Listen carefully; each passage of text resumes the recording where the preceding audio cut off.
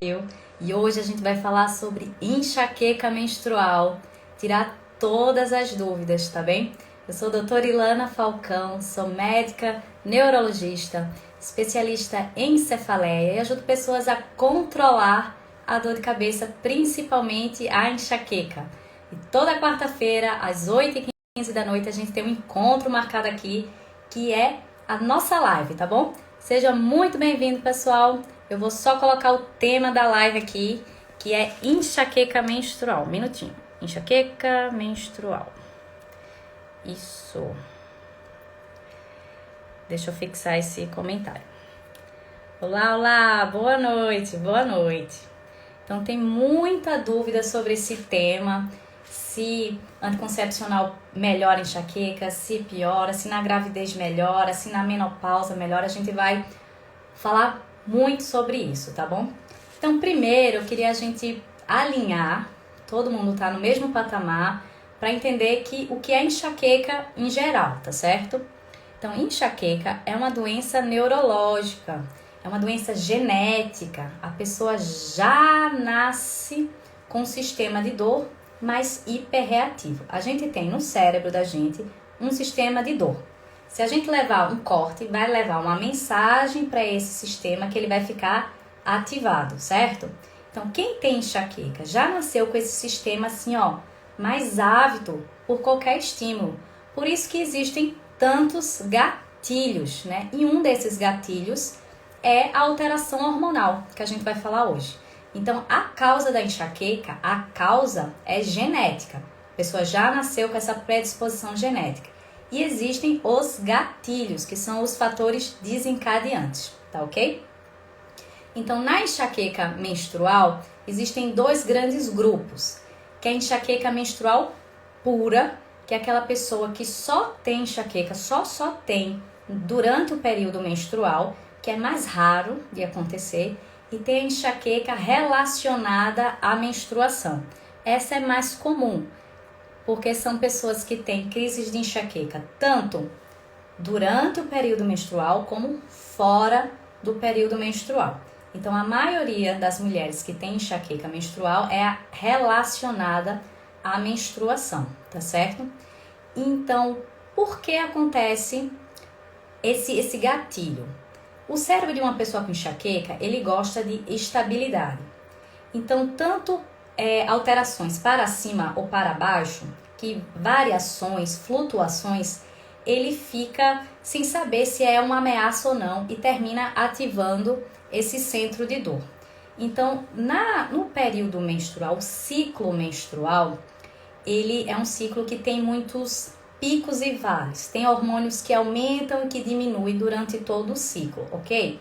Então, vamos relembrar aí da 8ª série como é o ciclo menstrual. Muito rapidamente, tá certo? Então é o seguinte, geralmente o ciclo menstrual, ele é de 28 dias. Pode ser um pouquinho mais, pode ser um pouquinho menos. Mas aqui, para esse exemplo, a gente vai colocar de 28 dias. Então, na metade do ciclo, com 14 dias, tem o pico do hormônio que faz a ovulação. Então, essa alteração de pico pode desencadear crise em algumas mulheres, tanto no meio do ciclo como no final, que é quando esses hormônios caem. Então, os hormônios caem mais ou menos uns 2, 3 dias antes de vir a menstruação. Por isso que a dor de cabeça menstrual, ela não é geralmente no dia da menstruação, ela é um pouquinho antes. Pela definição, ela é de até 2 dias antes, até 3 dias depois da menstruação. E não precisa ser em todo o ciclo.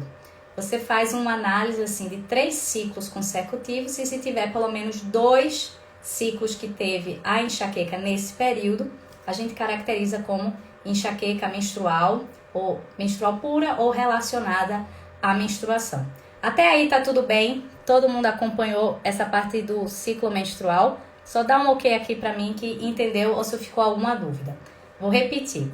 O ciclo menstrual tem 28 dias. Então, todo mês, o corpo da mulher se prepara para uma possível gestação. Então, é isso que faz os hormônios subirem e descerem, certo? Então, no 14º dia, na metade do ciclo, tem a ovulação. E isso pode ser estímulo para alguém ter crise de enxaqueca. Mas no geral, é no finalzinho, quando esses hormônios caem, tá certo? Ok, todo mundo entendeu essa parte. Legal. E por que não acontece isso em todas as mulheres? Já que, né, normalmente todas menstruam, por que não todas têm a enxaqueca menstrual? Porque precisa ter a predisposição genética. Eu preciso nascer com aquela alteração genética de ter o cérebro mais hiperreativo. E viu o seguinte, nas pessoas que têm enxaqueca, essa queda hormonal, ela é muito abrupta, ela é muito íngreme, vamos pensar assim, ela é feita uma montanha russa.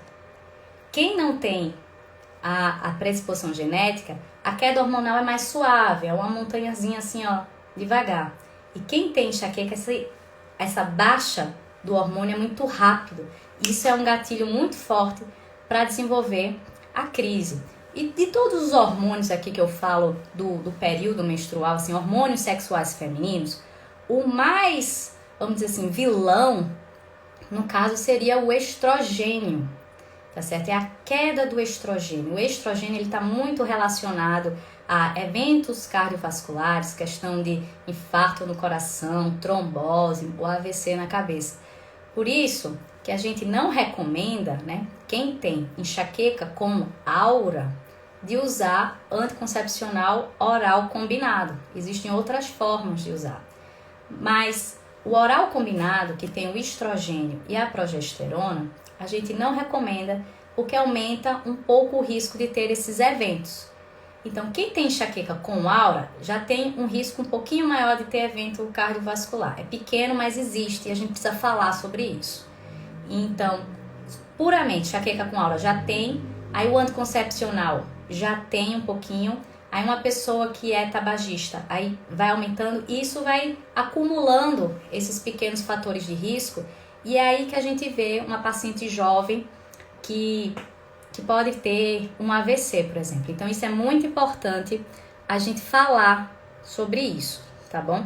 Então a primeira grande informação aqui é: enxaqueca com aura, não usar anticoncepcional oral. Oral, pode usar outras formas, mas o oral combinado com as duas substâncias, estrogênio e progesterona, não. O que é que pode fazer então? Você pode usar a mini pílula, né, de progesterona.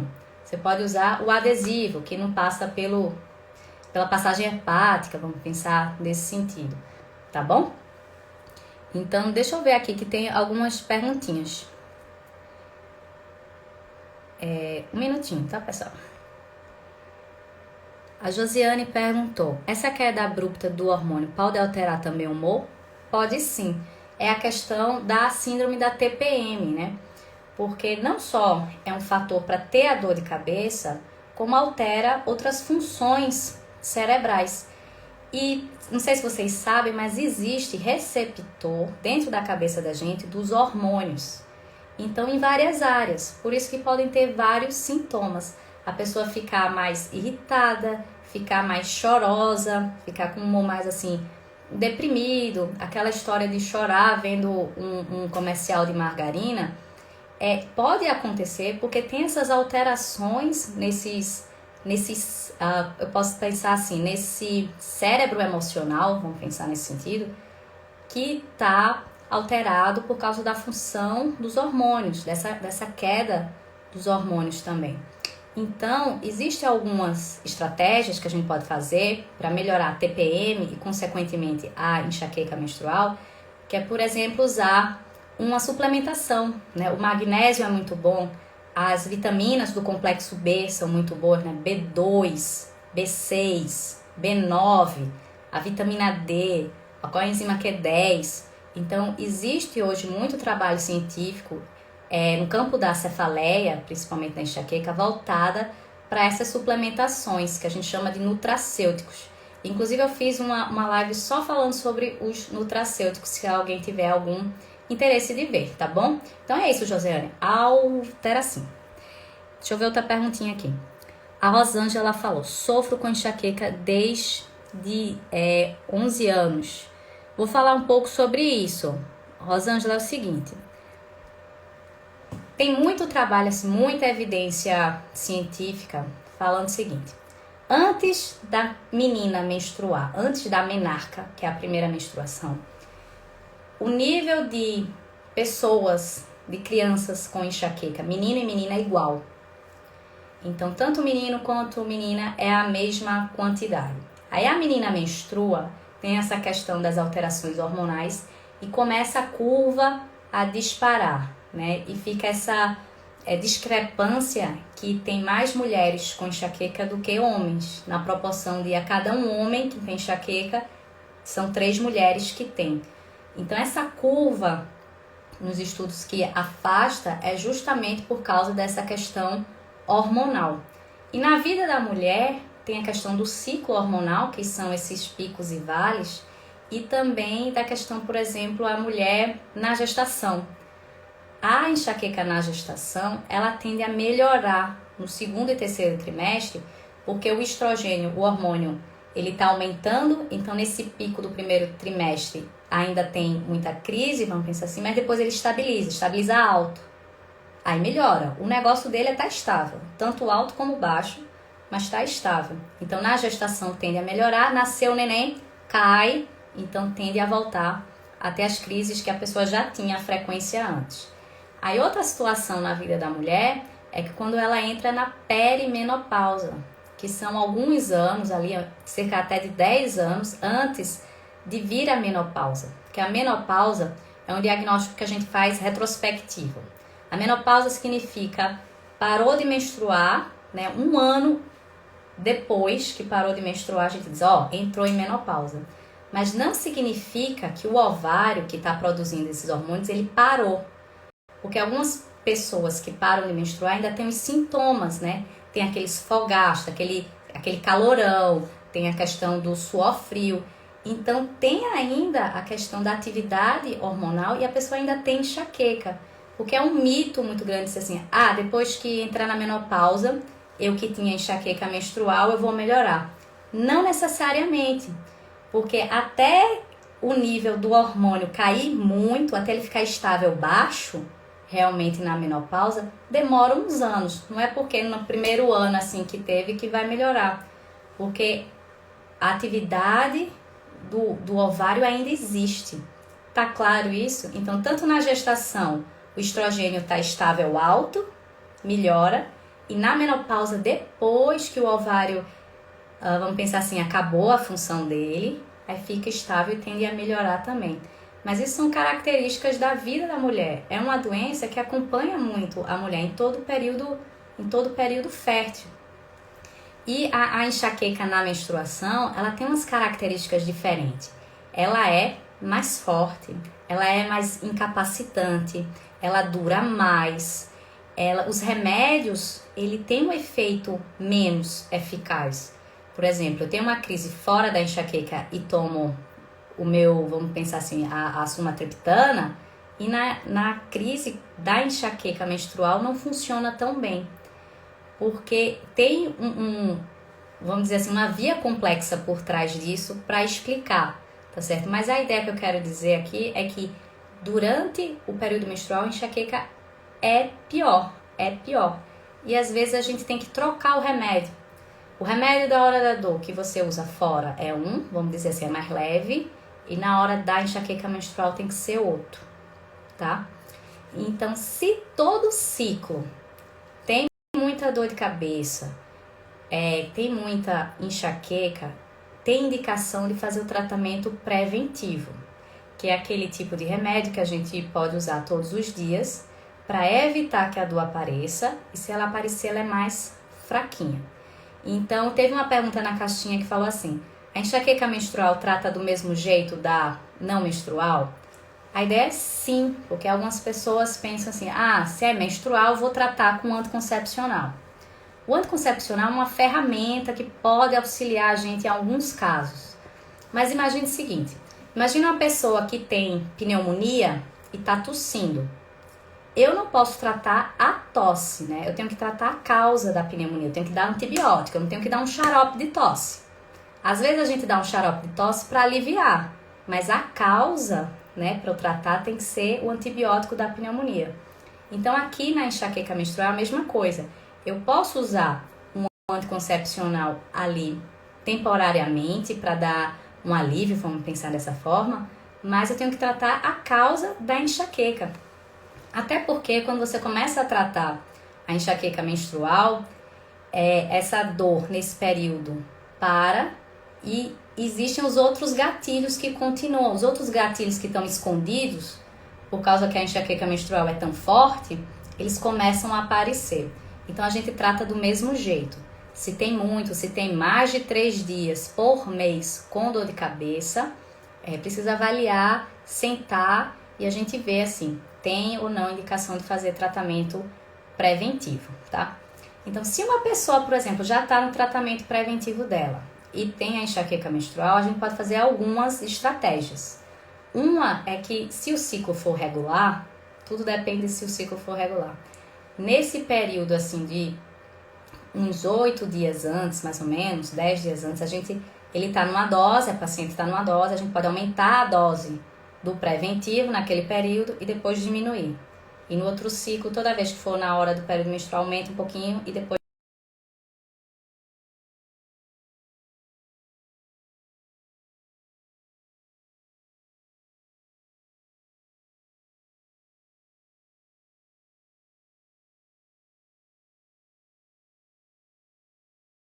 ali naquele período, tá? Então, por exemplo, vamos imaginar que uma pessoa tem enxaqueca menstrual, que ela vai menstruar na sexta-feira. Como a enxaqueca menstrual acontece uns 2 dias antes, a dor de cabeça, teoricamente, dela vai vir na quarta-feira. Aí a mini profilaxia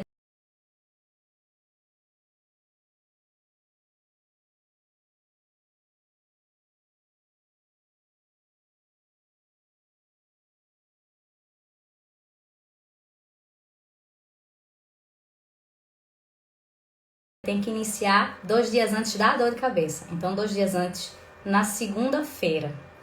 Então, mesmo que a menstruação venha na sexta, a minha mini profilaxia tem que ser na segunda-feira e a gente faz por um período ali, ó, de mais ou menos 5, 7 dias.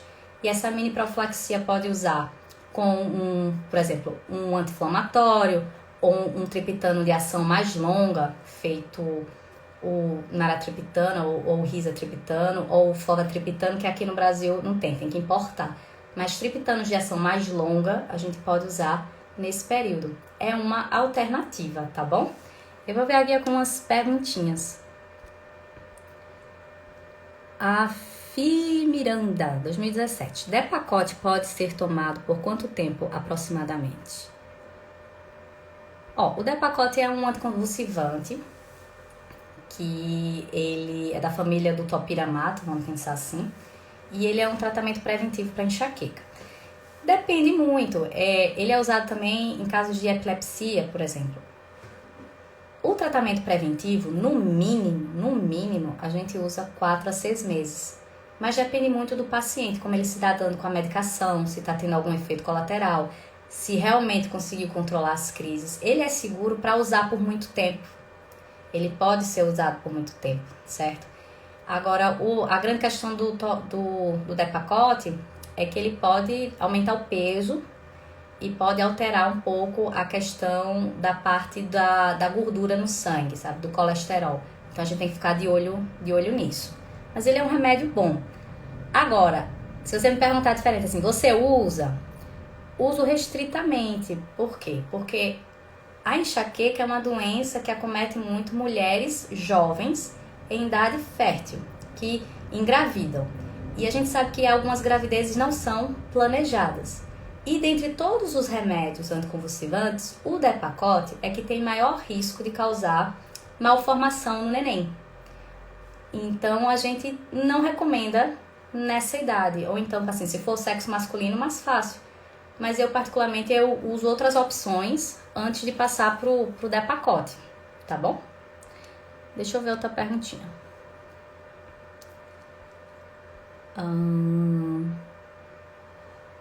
Rosângela Daniele. Tomo, acho que é Cefalive, desde 2013. Sinto que ele está prejudicando meus rins. Bom, o Cefalive é um remédio para hora da dor. Ele é da classe que a gente chama de diergotamina. ele é o Cefalive, é o Cefale. São remédios mais antigos, certo? Por exemplo, Sumax, Naramig, Maxal, que são remédios mais novos. Ele pode funcionar em algumas pessoas, sim, tem gente que funciona muito bem, que gosta dele, e tudo bem. Mas se não está dando certo para você, é uma oportunidade, vamos pensar assim, de você sentar com o seu médico e ver, existem outras possibilidades? Porque assim, a enxaqueca, ele tem várias estradas, certo? E o remédio, ele vai bloquear uma estrada. E a gente não sabe se essa estrada é a sua estrada. Voltei, né? Deu uma tumultuada. Eu estava falando das estradas que levam à ativação. Então, os remédios, eles bloqueiam uma estradinha só. E hoje a gente não sabe qual é a estrada principal de cada pessoa. Por isso, por exemplo, uma pessoa toma topiramato e funciona muito bem, e a outra toma topiramato e não funciona tão bem. Porque significa que a estrada que bloqueou o sistema de dor não era do topiramato. No futuro, a gente vai ter uma questão de tratamento com base genética. E isso a gente vai fazer o exame de sangue e vai dizer assim, ó, tua estrada melhor para bloquear é essa estrada aqui, que é a estrada da serotonina, ou a estrada da dopamina, dos neurotransmissores. E aí a gente vai ter um tratamento mais específico. Isso é o futuro, e eu acredito que um futuro próximo que a gente vai ver. Isso é as pesquisas em relação à enxaqueca, tá certo? Deixa eu ver outra perguntinha. A Elaine está falando, doutora, indicaria o Amitril para tratamento da enxaqueca? O Amitril é um remédio, é a amitriptilina. Ele é um remédio usado para o tratamento preventivo. Ele é um dos remédios que tem mais estudo, tá certo? Mas ele é um dos mais antigos também. Então, se você me perguntar assim, qual é o melhor remédio para enxaqueca? Eu vou dizer o melhor para você. Se você está usando o Amitril, sua dor de cabeça está mais fraca, está menos frequente e você não tem efeito colateral, jóia, tudo bem, pode continuar usando. Agora, a gente sabe que na prática mesmo ele dá muito efeito colateral, a amitriptilina. Ela dá, por exemplo, aumento de peso, ela dá ressecamento, a pessoa fica com muita constipação, assim, muitos dias sem evacuar, sem fazer cocô, ela seca a boca, fica com a boca seca, fica esse negócio assim o tempo todo, e dá sonolência, né? Usado em doses mais altas, é usado também para ansiedade e depressão. Então, se uma pessoa tem as duas doenças, vamos pensar assim, tem enxaqueca e tem ansiedade e depressão, pode ser uma alternativa. Mas sempre pensando isso, será que ele está fazendo bem para mim? Né? Porque às vezes o efeito colateral chega primeiro do que o efeito benéfico, vamos pensar nesse sentido. Mas se está tudo bem para você, continua.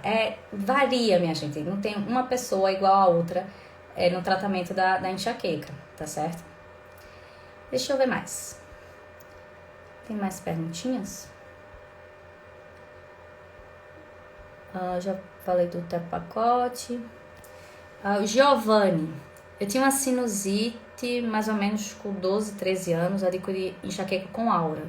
Queria saber se essa sinusite já seria enxaqueca ou se ela evoluiu. A questão da sinusite, ela pode ter dois caminhos, né?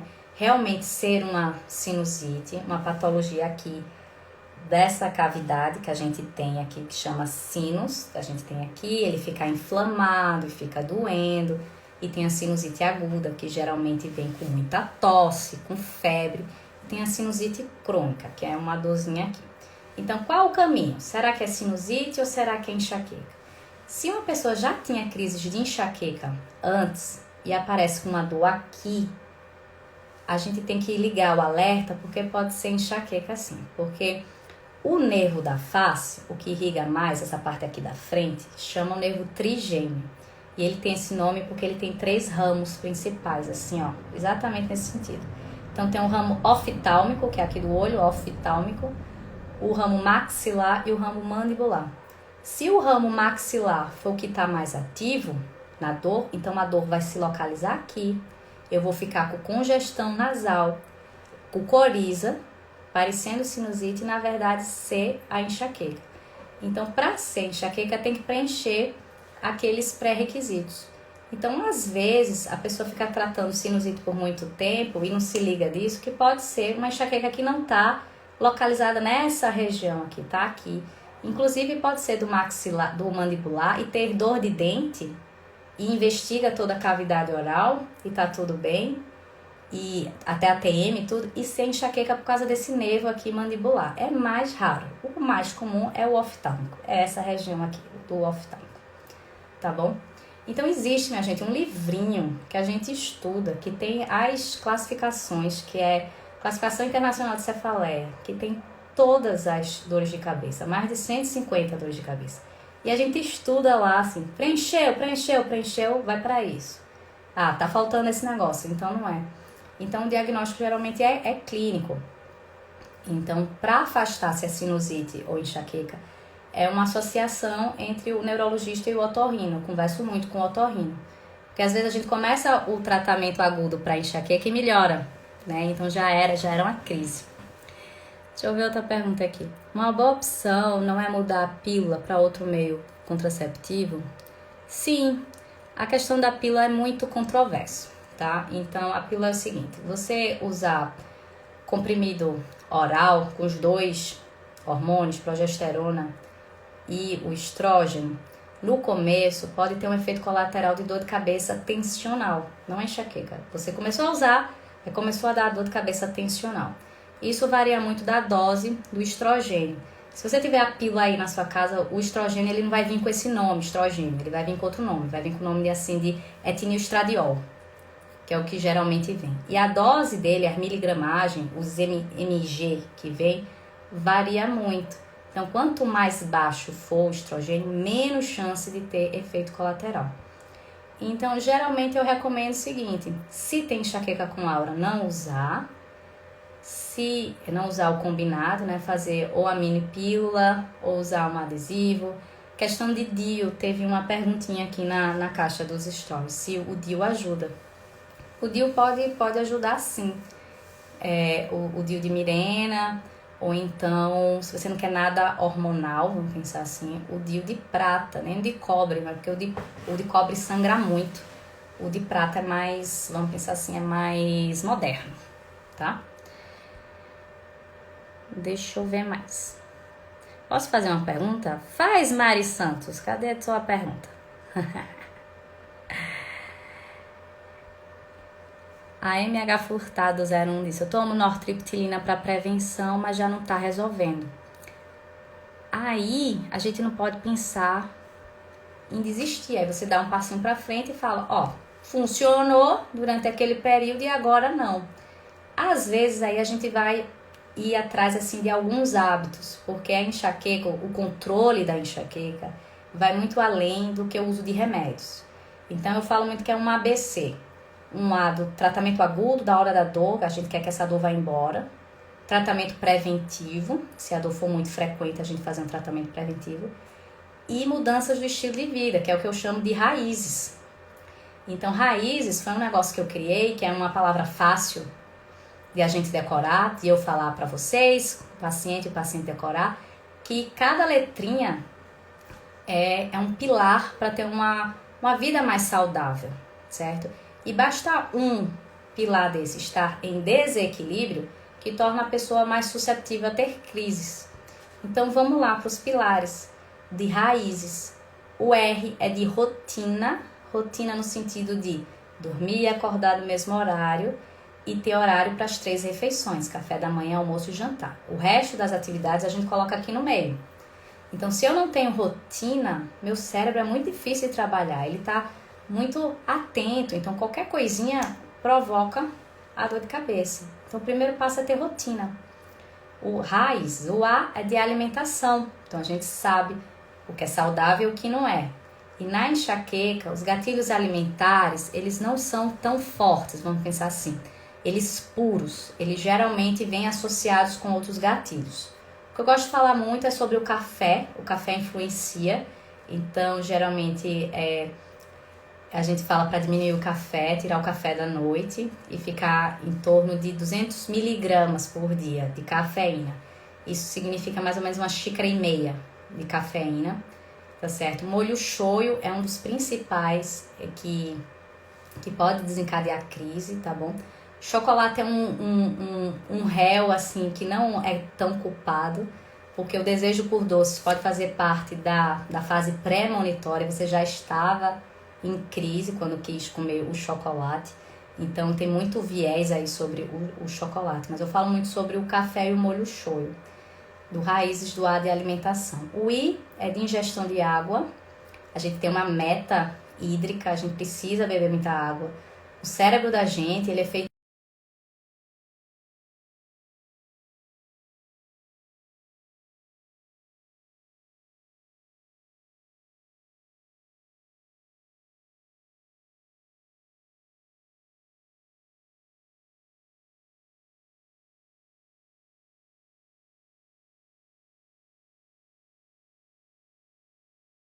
35.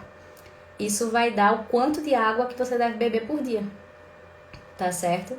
Então, o Raízes, o Z de Zen, de gestão emocional, de conseguir administrar as emoções, principalmente o estresse. Então, perguntam muito pra mim assim, mas o estresse causa a enxaqueca?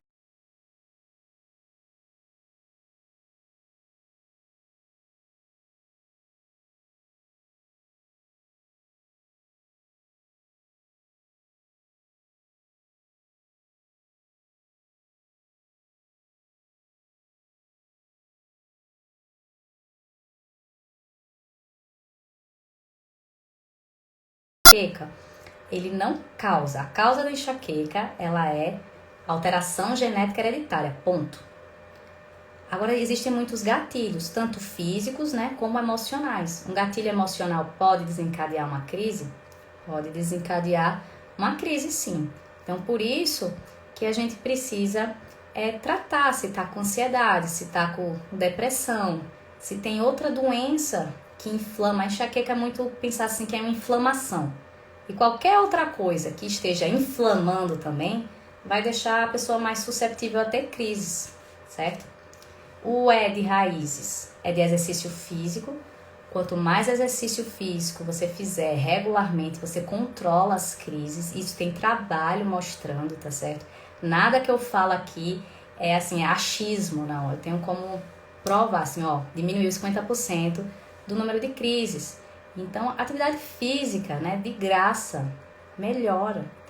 E o S do Raízes é de sono. O sono é muito importante, porque tanto a privação de sono, você dormir pouco, como você dormir demais, principalmente no final de semana. A gente, vou esticar aqui um pouquinho. Aí dorme mais, aí acorda com a dor de cabeça. Por quê? Porque é a questão da variação. Nem de mais, nem de menos. Aí você diz, então é muito restrita, muito limitada a vida de uma pessoa com enxaqueca. Não necessariamente. Quando ela está com muita crise, a gente tem que deixar mais no quadradinho, vamos pensar assim.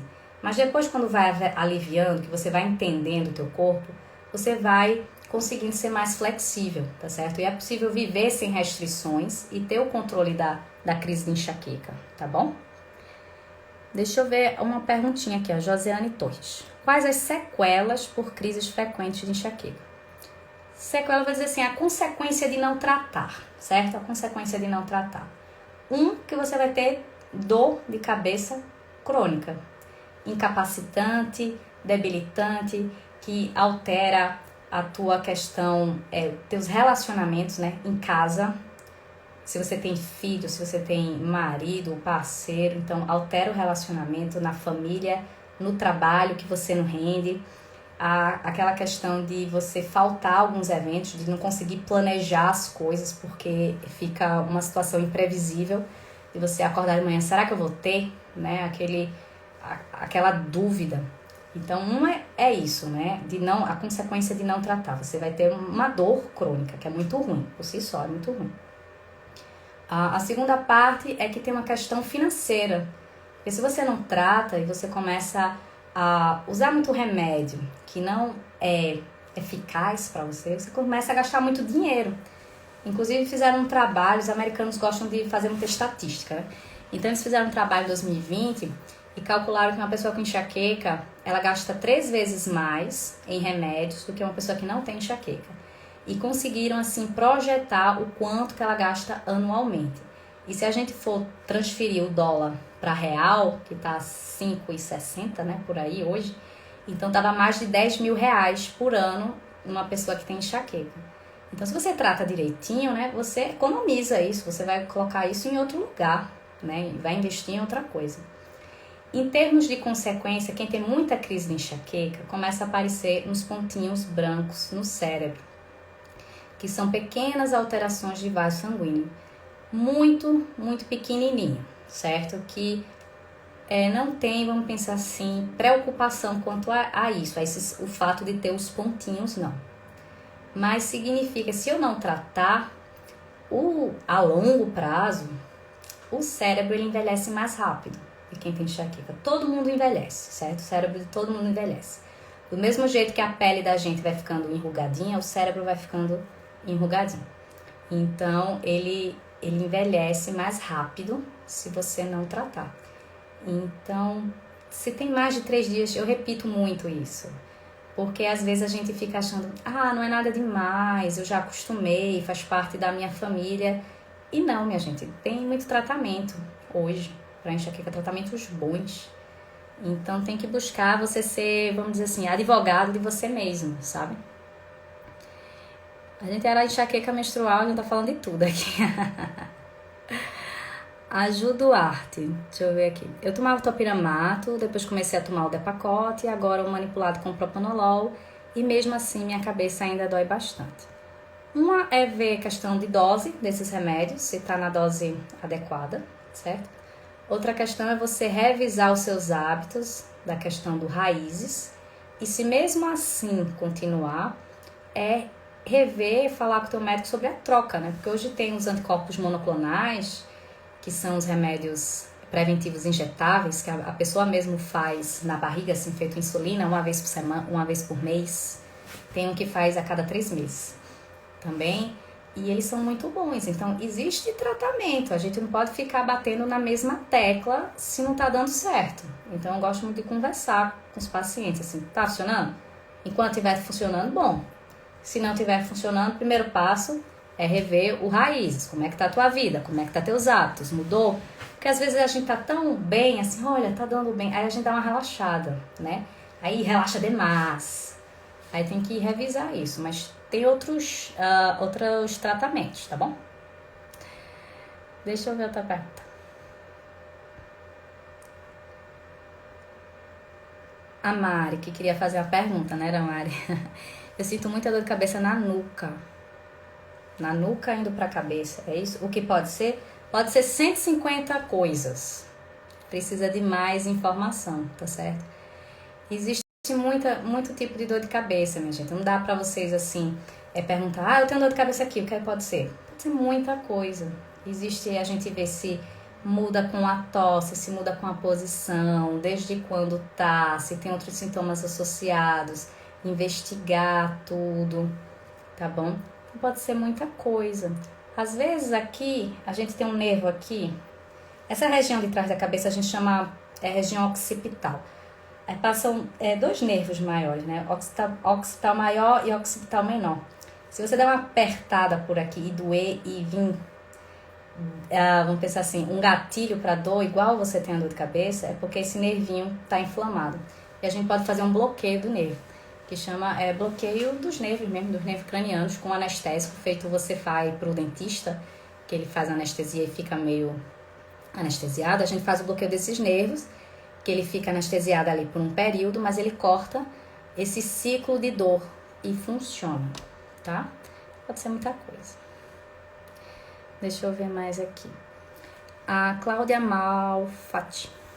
Quais são esses remédios injetáveis que a senhora falou? Eles chamam, o nome da classe é assim, anticorpos monoclonais.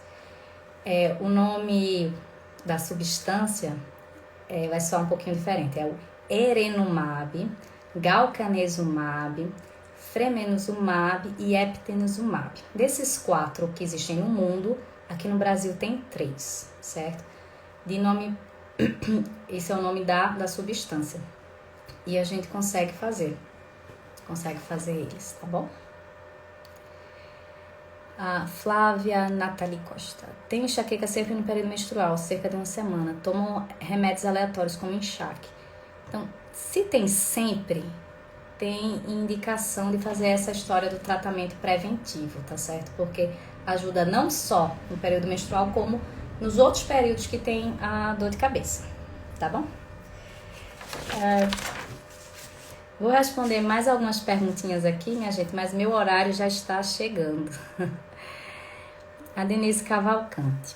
Tenho enxaqueca a vida toda e mês passado senti uma dor diferente no olho esquerdo, mas olho vermelho, lacrimejando, foi horrível. Fui socorrida algumas vezes e por fim fui ao neuro na segunda e ele não me... Acho que ele não deu para responder, não me passou nada. Uma coisa que a gente tem que avaliar é assim, que a enxaqueca ela pode vir com alguns sintomas de lacrimejamento e olho vermelho. E isso confunde com outra dor de cabeça primária que chama cefaleia em salvas.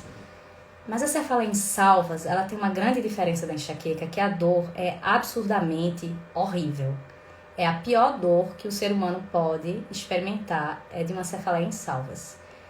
E assim, é pior do que dor de parto, é pior do que dor de pedra renal, que são caracterizadas assim com umas dores muito fortes que o ser humano pode ter. Então, da cefaleia em salvas, a pessoa fica tão desesperada que quer suicidar, quer se matar por causa da dor, quer enfiar a cabeça na parede para parar de doer. Então, isso é uma característica muito forte da cefaleia em salvas. Quem tem enxaqueca quer ficar parado, quieto, sem nada, assim, ó. Então, a cefaleia em salvas tem essa questão de ser muito forte, com muita agitação, e vem com os sintomas de olho vermelho, pálpebra caída, nariz entupido, uma sudorese sempre na metade do rosto, geralmente sempre do mesmo lado. Então, um pouquinho, né, diferente. Enxaqueca pode vir, mas é aquele mais leve, certo? Então, se foi a primeira vez, se mudou o padrão de dor de cabeça, precisa investigar. Isso é um sinal de alerta, vamos pensar assim. Eu tenho minha dor de cabeça de sempre e agora, opa, mudou de padrão, começou a aparecer umas coisas novas, ou ela começou a ficar mais forte, aí tem que ir pro médico para investigar outras coisas, tá bom? Gente, eu vou responder mais duas, tá? A da Débora aqui. Cada vez mais confusa se tenho enxaqueca ou cefaleia em salvas, porque tenho vontade de morrer quando tenho a dor. A cefaleia em salvas, ela é uma dor mais curta. Ela é de 15 minutos a 180 minutos. Ela vem com essa agitação, que é um negócio absurdo de a pessoa realmente querer meter a cabeça na parede para a dor passar. E ela vem com esses sintomas, sempre. Ela vem com os sintomas autonômicos, que a gente chama. De um lado só, a pálpebra cai, o olho fica vermelho, fica lacrimejando, fica com suor, fica vermelho o rosto, tá certo? E a pessoa tem geralmente uma crise por dia, até 8 crises por dia, e ela vem em salvas, significa que ela vem isso em sequência. E ela tem muito a ver com o período do ano, sabe? Nos Estados Unidos, que tem mais essa questão das estações do ano, aqui no Brasil nem tanto. Mas lá, geralmente tem um período que a pessoa tem a salva ali, naquele período. Então passa, vamos pensar assim, uns 2 meses tendo a salva, faz o tratamento, depois tira o remédio e não tem mais salva. No outro ano, no mesmo período,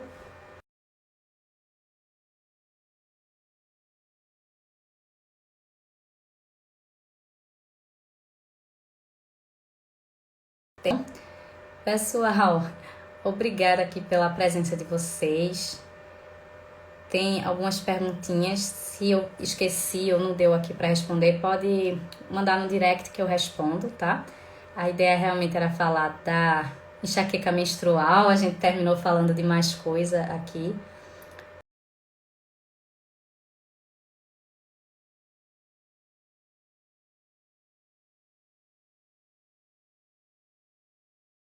Mas muito obrigada pela presença.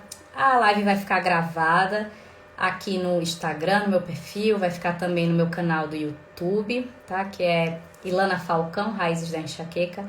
E no meu podcast também, que é Minha Neuro Explica no Spotify, tá bom? Boa noite, pessoal, e até a próxima live. Valeu, tchau, tchau.